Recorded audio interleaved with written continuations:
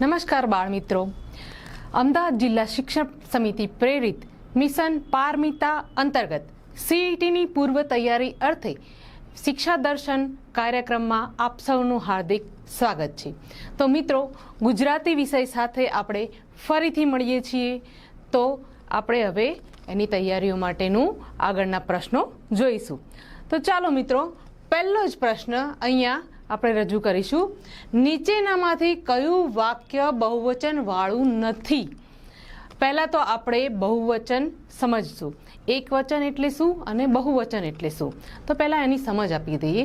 કોઈ પણ એક વસ્તુ કે વ્યક્તિ એ એક કરતાં વધારે હોય તો એને બહુવચનમાં મૂકી શકાય, અને એક વસ્તુ હોય તો એને એકવચન કહેવાય। એકવચન અને બહુવચનની વ્યાખ્યા આ રીતે આપણે સમજવાની છે। તો પહેલા પ્રશ્નમાં આપણે અહીંયા મૂક્યું છે કે નીચેનામાંથી કયું વાક્ય બહુવચન વાળું નથી? તો આપણે આ બધા વાક્યોને વાંચીશું, ચારે ચાર ઓપ્શન વાંચીશું। પહેલું ઓપ્શન છે, મારા બધા મિત્રો મારા ઘરે આવ્યા। બીજું છે, મારી માતા અને મારી માસી ફરવા ગયા। ત્રીજું ઓપ્શન છે, હું અને રાધા સાથે જમ્યા। અને ચોથું ઓપ્શન છે, મેં આજે સુખડી ખાધી। તો બાળ મિત્રો, આપણે આ ચાર ઓપ્શનમાંથી બહુવચનવાળું ઓપ્શન કયું સાચું છે એ જોઈશું। તો અહીંયા મારા બધા મિત્રો એટલે અહીંયા બધા એટલે ઘણા બધા, એક કરતાં વધારે એટલે ઘણા બધા, તો આ વાક્ય ના આવે, બરાબર। મારી માતા અને મારી માસી એટલે માતા અને માસી એટલે એક કરતાં વધી ગયા, એટલે આ પણ ઓપ્શન નહીં આવે। હું અને રાધા એટલે કે હું પોતે અને મારી મિત્ર રાધા સાથે જમ્યા, તો એ પણ ઓપ્શન ખોટું છે। તો કયું ઓપ્શન સાચું આવશે? મેં આજે સુખડી ખાધી। સુખડી ખાધી, અહીંયા આપણે પહેલા પ્રશ્નને સમજવાનો છે કે પ્રશ્ન છે નીચેનામાંથી કયું વાક્ય બહુવચન વાળું નથી? અહીંયા નથી, તો આ બધા બહુવચન વાળા છે, એક કરતાં વધારે છે આમાં વ્યક્તિઓ। જ્યારે અહીંયા મેં આજે સુખડી ખાધી એ એક વચન વાળું વાક્ય છે, તો આ સાચું છે। તો આપણો ડી ઓપ્શન જે છે એ સાચું આવશે। તો ચાલો આગળનો પ્રશ્ન જોઈશું। હવે નીચેનામાંથી એક વચન વાળો શબ્દ શોધો, એટલે કે એક વચન જેમાં હોય, એક વ્યક્તિ કે એક વસ્તુ જ્યાં હોય એ એક વચન વાળો આપણે શબ્દ શોધવાનો છે। તો અહીંયા ચાર ઓપ્શન આપ્યા છે। પહેલું ઓપ્શન છે અમે, બીજું છે અમારા, ત્રીજું છે હું, અને ચોથું ઓપ્શન છે સૌ। તો આમાંથી તમારે વિચાર કરવાનો। અમે એટલે કે અમે બધા, ઘણા બધા। અમારા એટલે કે આપણા જે હોય નજીકના બધા, એ અમારા, એ રીતે। હું એટલે હું એકલો, અને સૌ એટલે અમે બધા, સૌ। તો આમાંથી ત્રણ ઓપ્શન જે છે એ બહુવચન વાળા છે, જ્યારે આ એક ઓપ્શન છે હું, એ એક વચન વાળું છે। તો આપણો જવાબ આવશે સી। ચાલો આગળનો પ્રશ્ન જોઈએ આપણે। ખાલી જગ્યા પૂરો। પાઠ્યપુસ્તકમાં જે પ્રકરણમાં જે વ્યાકરણની પરિભાષા સમજાયેલી છે, અંદર પાઠમાં જે રીતે આવેલું છે એ મુજબના તમામ પ્રશ્નો અહીંયા અમે આવરી લીધા છે। એટલે એક એક પ્રશ્ન આપણે સમજતા જઈશું અને એના ઉકેલ મેળવતા જઈશું। તો આપણો ત્રીજો પ્રશ્ન છે, ખાલી જગ્યા પૂરો। આ ચોપડી હીનાની નથી, તો ખાલી જગ્યા છે। તો હવે આ ખાલી જગ્યાને આપણે પૂર્ણ કરવાની છે। તો એ પૂર્ણ કરવા માટે આ ચાર ઓપ્શનમાંથી કયો ઓપ્શન સાચો છે એ શોધવાનું છે। તો અહીંયા ચાર ઓપ્શન આપેલા છે, A, B, C, D। એમાંથી પહેલું મારી, બીજું છે તારી, ત્રીજું છે કોની અને સાની। તો આ શબ્દને આપણે અહીંયા મૂકી જોઈશું, તો વાંચીશું આ ચોપડી હીનાની નથી, તો મારી છે। પાછળ પ્રશ્નાર્થ પણ છે, આપણે એનું પણ ધ્યાન રાખીશું। તો મારું હોય તો આપણને ખબર જ હોય ને, તો આમાં પ્રશ્નાર્થ આવે નહીં। તારી છે તો આવશે કે નહીં પ્રશ્નાર્થ? વિચારો। કોની છે અને સાની છે, તો અહીંયા આ ચોપડી હીનાની નથી, તો શું આવશે સાચો જવાબ? કોની છે। પ્રશ્ન પૂછ્યો છે કે આ ચોપડી કોની છે, હીનાની નથી, તો કોની છે? તો અહીંયા શું આવશે જવાબમાં? કોની. ઓકે, ચાલો આગળનો પ્રશ્ન જોઈએ. પ્રશ્ન 4. પ્રશ્ન 4 છે, આપેલ વિકલ્પોમાંથી કયા શબ્દના વિકલ્પોમાં ભૂલ છે? ભૂલ શોધવાની છે આપણે. તો આપણે જોઈશું કે કઈ રીતનો પ્રશ્ન આપેલો છે, એને સમજીશું પહેલા. તો અહીંયા આપેલું છે કામદાર. તો એવો ને એવું અહીંયા આડું અવળું કરીને આપેલું છે કામદાર, એની બદલે અહીંયા છે દાર કામ. તો આમાં છે એ આમાં છે તો એ ચેક કરવું પડશે. કા છે તો આમાં છે હા, મ છે તો આમાં છે હા, દા છે તો આમાં છે હા, ર છે તો આમાં છે હા, તો આ ના આવે. બરાબર. બીજો શબ્દ જોઈએ, દા મે ન અને મેદાન. તો દા છે હા છે, મે છે હા છે, ન છે હા છે, તો આ પણ નહીં આવે. ત્રીજો શબ્દ જોઈએ, ફ તો છે ફ, ર તો અહીંયા પણ ર છે, જ તો અહીંયા પણ જ છે, સ તો અહીંયા પણ સ છે અને ન તો અહીંયા ન છે. તો હવે કયો ઓપ્શન બાકી રહ્યો? છેલ્લો. તો અહીંયા છે ફ જી જી અને અહીંયા છે જી રા ફ. તો જી ફ છે તો હા છે ફ, જી છે તો હા છે જી. તો હવે અહીંયા રા, તો અહીંયા રા આપેલો નથી, અહીંયા બીજો જી આપેલો છે. તો આપણે આમાં શું જોવાનું છે કે સામ સામે એવો જ શબ્દ છે કે એવો જ અક્ષર છે કે નહીં. તો એ પ્રમાણે આપણે અહીંયા જોવાનું છે અને એમાંથી આપણે સાચો જવાબ શોધવાનો છે. તો આ ડી છે એ આનો સાચો જવાબ આવશે. તો અહીંયા ઓપ્શન ડી સાચું છે. ચાલો આગળનો પ્રશ્ન જોઈશું. પ્રાસ મળે તેવો બીજો શબ્દ શોધો. પ્રાસ, પહેલા તો આપણે પ્રાસ એટલે શું એ સમજીશું. પ્રાસ તો એવા શબ્દો જે એક ઢાળમાં ઢળેલા હોય. તો હું અહીંયા તમને એના થોડા ઉદાહરણ આપીશ કે હું અહીંયા લખું છું કે ચાલ્યા, તો એના જેવો જેવો પ્રાસ આવતો હોય. ચાલ્યા તો ફાવ્યા, ભાવ્યા, ગમ્યા. આ બધા શબ્દો જે છે એ એક પ્રાસના છે, એટલે એના જેવો જ એનો ઉચ્ચાર આવે છે. ચાલ્યા, ફાવ્યા, ગમ્યા એ રીતે. તો આપણે અહીંયા ઓપ્શન આપેલું છે, જે પ્રશ્ન પૂછાયેલો છે એમાં આપણને પૂછ્યું છે કે 28 પછી લગાવીશ. હવે આપણે એનો પ્રાસ શોધવાનો છે. આ 4 ઓપ્શનમાંથી પ્રાસ, એને લગતો પ્રાસ કયો છે? તો ચલો પહેલું જોઈશું. ચાલ્યો તો આવશે? નહીં આવે, કારણ કે પાછળ લ્યો છે. બોલી તો અહીંયા નથી, આપણે છેલ્લો અક્ષર પણ જોઈ શકીએ છીએ. તો અહીંયા લી છે. બીવડાવીશ, જો અહીંયા 20 છે, અહીંયા 20 છે, તો અહીંયા પણ 20 છે. તો આપણે આ ચોથો ઓપ્શન જોવાનો આવતો નથી. તો બીવડાવીશ એ આનો સાચો જવાબ છે. અહીંયા સી, આ એનો પ્રાસ આની જોડે બેસે છે. 28 લગાવીશ, બીવડાવીશ. તો એનો જવાબ આવશે બીવડાવીશ. ઓકે બાળ મિત્રો, સમજી ગયા? ચાલો આગળનો પ્રશ્ન જોઈશું. યોગ્ય વિરામ ચિહ્નો મૂકી સાચું વાક્ય શોધો. આપણે અહીંયા વાક્ય આપેલું છે એમાં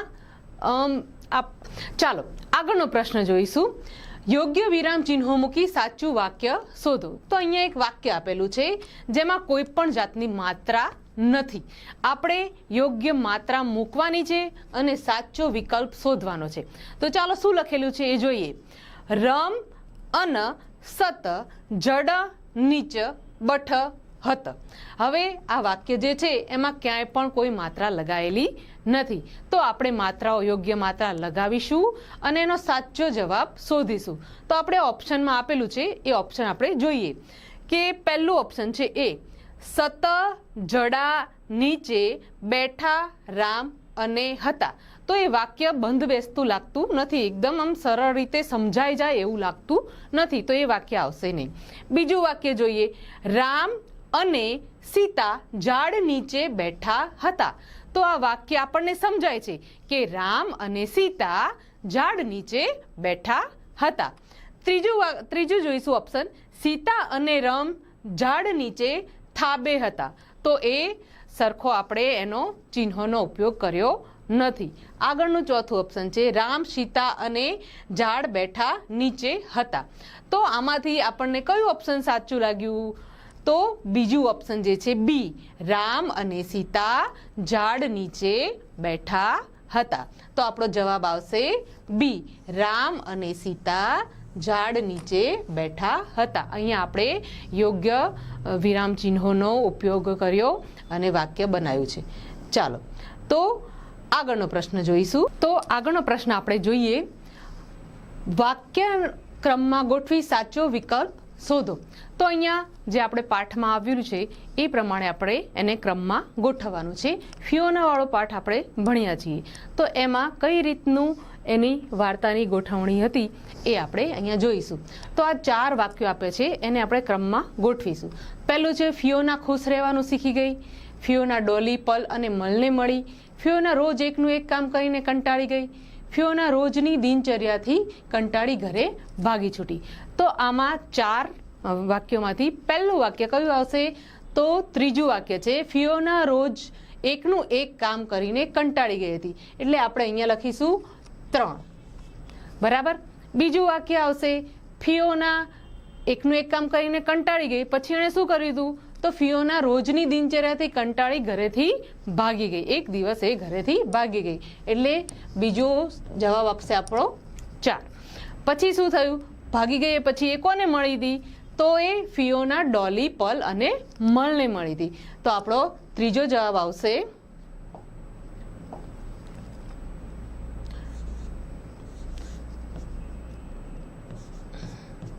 ત્રીજો જવાબ આવશે 2 અને છેલ્લું આવશે 4. છેલ્લું શું છે? ફિયોના ખુશ રહેવાનું શીખી ગઈ. એની 3 બેનપણીઓને મળી, એમની જોડે એને બહુ મજા આવી, તો એની સાથે ખુશ રહી, એટલે ખુશ રહેવાનું શીખી ગઈ. તો 3, 4, 2 ને 1. તો અહીંયા આપણે ઓપ્શનમાં જોવાનું છે કે શું એ ઓપ્શન છે 3, 4, 2, 1? હા.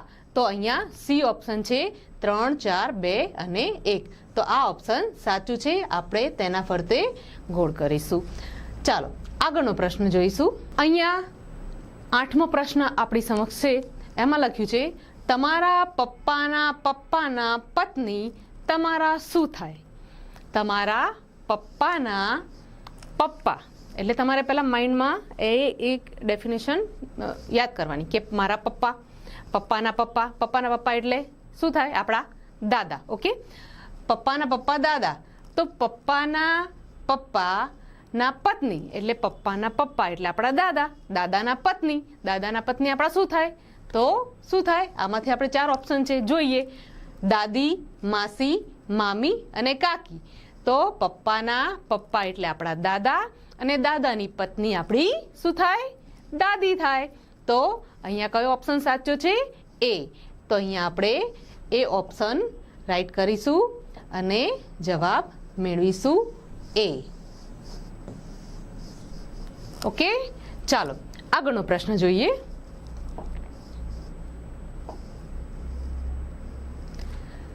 આગળનો આપણો પ્રશ્ન છે મહારાજ આપ મારી ફરિયાદ વાંચીને ન્યાય કરો. તો અહીંયા પ્રશ્નમાં આપણને પૂછ્યું છે કે આ વાક્યમાં કયો ભાવ રહેલો છે?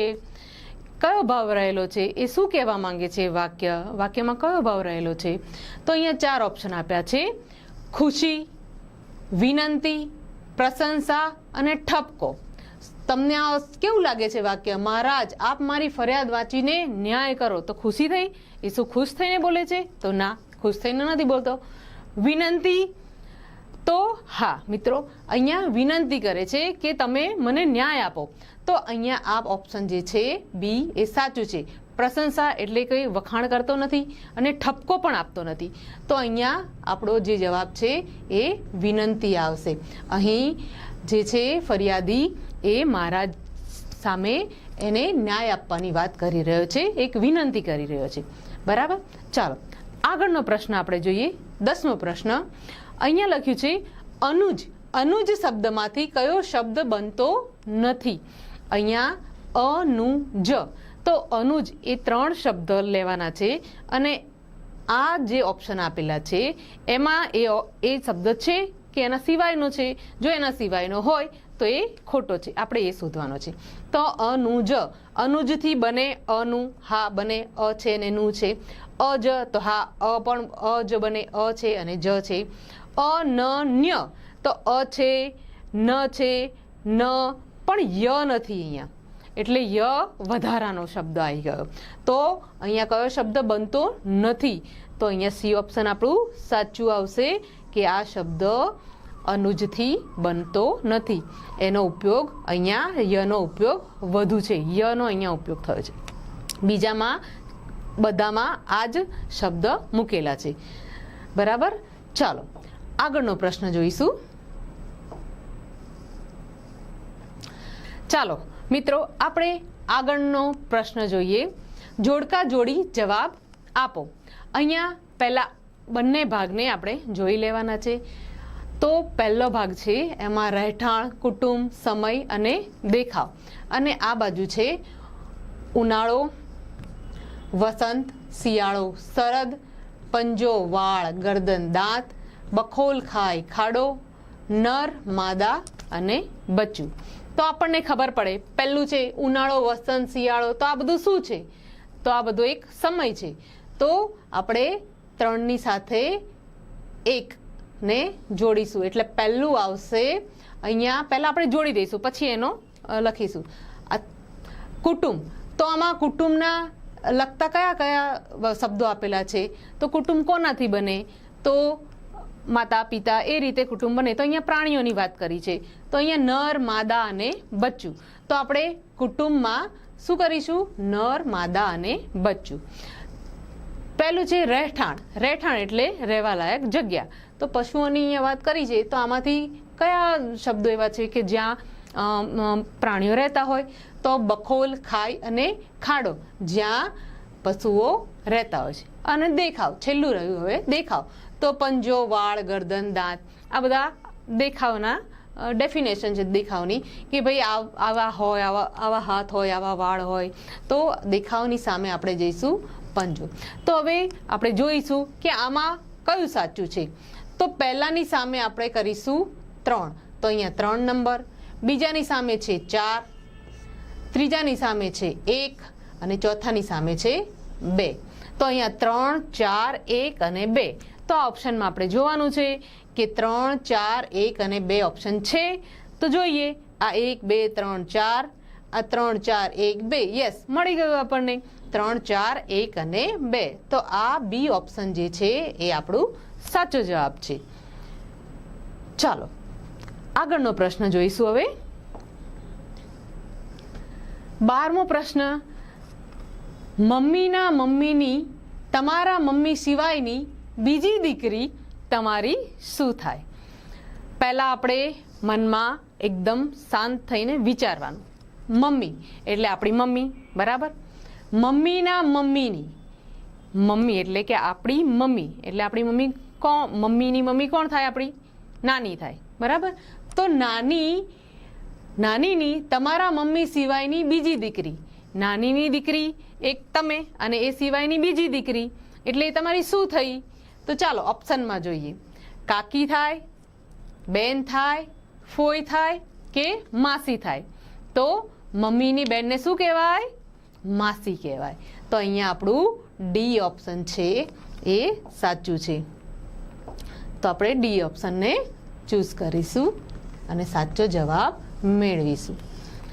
જ્યારે આ રીતના પ્રશ્નો આવે છે ત્યારે આપણે ખૂબ સાવચેતીથી એ પ્રશ્નને સમજવાના અને પછી એના ઉત્તર આપવા પ્રયત્ન કરવાનો. ચાલો આગળનો પ્રશ્ન 13. મમ્મી ખાલી જગ્યા પપ્પા દોડમ દોડ કરતા ઉપર આવ્યા. હવે અહીંયા આપણે ખાલી જગ્યા પૂરવાની છે. તો ખાલી જગ્યા પૂરવાની છે, એમાં શું મૂકીશું? ઓપ્શન આપ્યું છે કે, તેથી, અને પણ. તો આપણે મૂકી જોઈએ કેવું લાગે છે વાક્ય. મમ્મી કે પપ્પા દોડમ દોડ કરતા ઉપર આવ્યા, તો એ બંધ બેસતું નથી. મમ્મી તેથી પપ્પા દોડમ દોડ કરતા ઉપર આવ્યા, એ પણ બંધ બેસતું નથી. અને મમ્મી અને પપ્પા દોડમ દોડ કરતા ઉપર આવ્યા પણ મૂકી જોઈએ. પછી જોઈએ મમ્મી પણ પપ્પા દોડમ દોડ કરતા ઉપર આવ્યા, તો બરાબર લાગતું નથી. તો કયો વિકલ્પ આપણને સાચો લાગ્યો? અને. અહીંયા છે સી અને. તો અહીંયા મમ્મી અને પપ્પા દોડમ દોડ કરતા ઉપર આવ્યા. બરાબર. ચાલો આગળનો પ્રશ્ન જોઈશું. વાક્યનો અર્થ સમજીને યોગ્ય લાગતો શબ્દ શોધો. વાક્યનો અર્થ સમજવાનો છે. અહીંયા લખ્યું છે હવામાં ફેંકાયેલું રીછડું બૂમાબૂમ કરીને માતાને બોલાવે છે. હવામાં ફેંકાયેલું રીછડું બૂમાબૂમ કરીને માતાને બોલાવે છે. તો કોઈ મુસીબતમાં હોય અને કોઈને બોલાવતું હોય તો એ શા માટે બોલાવતું હોય એ વિચારવાનું છે. તો અહીંયા ઓપ્શન જોઈશું. સજા, પ્રેમ, મદદ કે નફરત. આ ચારમાંથી શેના માટે બોલાવતું હશે? કે મને સજા કરે, આવીને મને મારે? ના. તો વાલ કરવા બોલાવતું હોય, મુસીબતમાં હોય તો એ પણ ના આવે. મદદ અને નફરત બે વસ્તુ છે. તો એ મુસીબતમાં છે એટલે શેના માટે બોલાવતું હોય? મદદ માટે બોલાવતું હોય. તો આપણો અહીંયા સી ઓપ્શન જે છે મદદ એ સાચો જવાબ છે. બરાબર. ચાલો આગળનો પ્રશ્ન જોઈશું. 15. નીચેનામાંથી કયું વાક્ય સાચું છે? સાચું વાક્ય આપણે શોધવાનું છે. વીજળી એટલે તમારે અહીંયા 4 ઓપ્શન વાંચવાના, પછી એના જવાબ આપવાના. કે અહીંયા પૂછ્યું છે કે વીજળી એટલે શું? તો ઓપ્શન જોઈએ શું છે. ધરતી પર લીલી ચાદર. વીજળી એટલે ધરતીને ને વીજળી ઉપર હોય ને ધરતી નીચે, તો એનો મેળ બેસતો નથી. આકાશમાં ઉજવાતી દિવાળી. જ્યારે વીજળી થાય છે ત્યારે કેવા ચમકારા, જેમ આપણે દિવાળી પર કેવા ફટાકડા ફૂટે છે ને એવું થાય છે એ. ત્રીજો ઓપ્શન છે આખી દુનિયાનું અજવાળું. વીજળી થાય તો આખું દુનિયામાં થોડું અજવાળું થાય. અને ગાડી ચલાવતો ડ્રાઈવર, તો એ બંધ બેસતું નથી. આમાં 4 ઓપ્શનમાંથી કયું ઓપ્શન સાચું છે? તો આકાશમાં ઉજવાતી દિવાળી એ યોગ્ય જવાબ છે. તો અહીંયા વીજળી એટલે આપણે લખીશું આકાશમાં ઉજવાતી દિવાળી. બરાબર સમજાઈ ગયું મિત્રો? તો ચાલો આપણે આગળનો પ્રશ્ન જોઈએ.